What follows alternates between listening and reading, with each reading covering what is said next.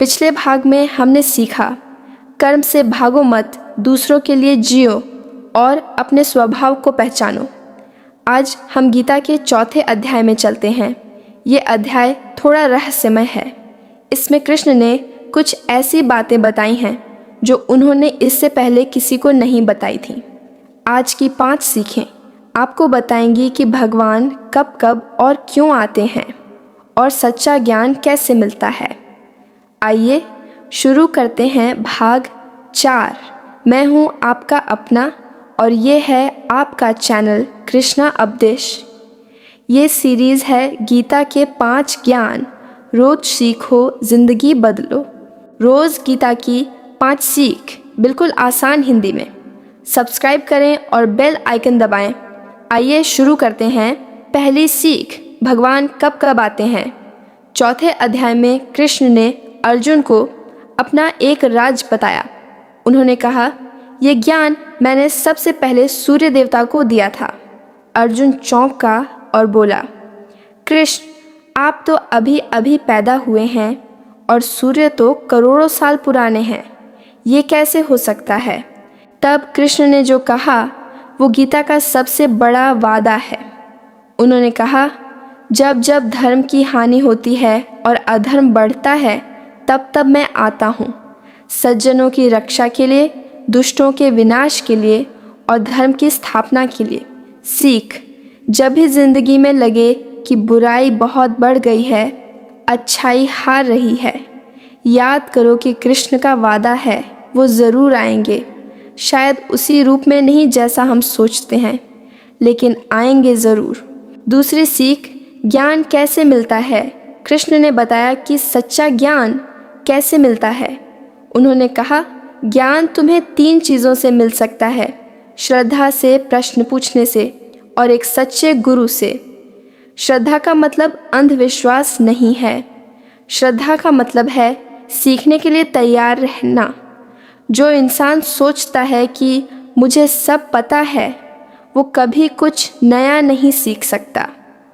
और प्रश्न पूछना, ये तो अर्जुन ने खुद करके दिखाया।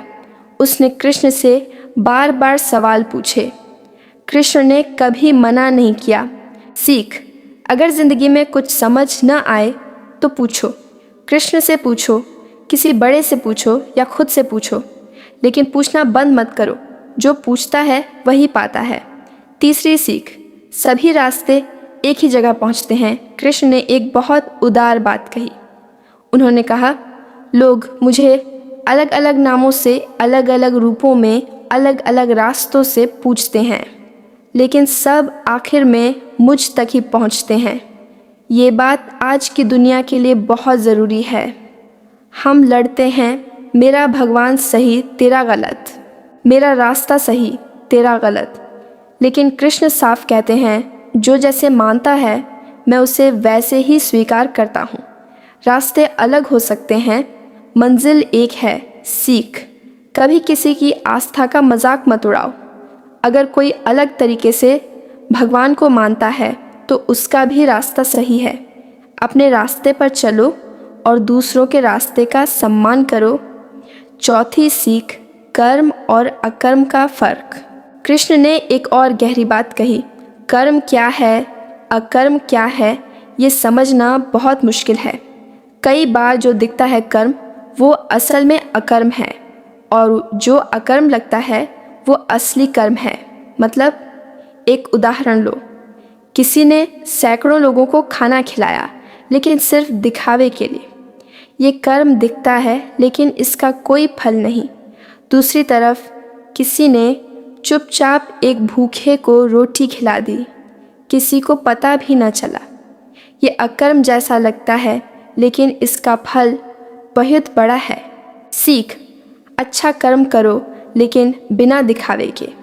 जितना छुपाकर करोगे उतना ही उसका फल बढ़ेगा। दिखावे का कर्म कर्म नहीं है। 5वीं सीख, श्रद्धा ही सबसे बड़ी शक्ति है। कृष्ण ने अंत में एक बहुत प्यारी बात कही, जिसकी जितनी श्रद्धा है उसे उतना ही फल मिलता है।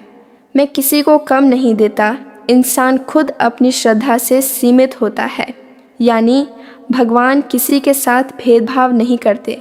अगर तुम छोटी श्रद्धा लेकर जाओगे तो छोटा फल पाओगे, और अगर पूरी श्रद्धा लेकर जाओगे तो पूरा फल पाओगे। नदी के किनारे जाओ और एक लोटा लेकर जाओगे तो एक लोटा पानी मिलेगा, और बड़ा घड़ा लेकर जाओगे तो घड़ा भर मिलेगा। नदी तो उतनी ही है। सीख, जब भी कोई काम करो पूरी श्रद्धा से करो। आधे मन से किया गया काम कभी सफल नहीं होता, और पूरे मन से किया गया काम कभी असफल नहीं होता। आज का निचोड़ 5 बातें। तो दोस्तों, आज हमने गीता के चौथे अध्याय से 5 और बड़ी सीखें सीखी। भगवान का वादा है, जब जब धर्म की हानि होगी वो आएंगे। भरोसा रखो, ज्ञान पूछने से मिलता है। श्रद्धा रखो, सवाल पूछो, गुरु खोजो। 3, सब रास्ते एक हैं। दूसरों की आस्था का सम्मान करो।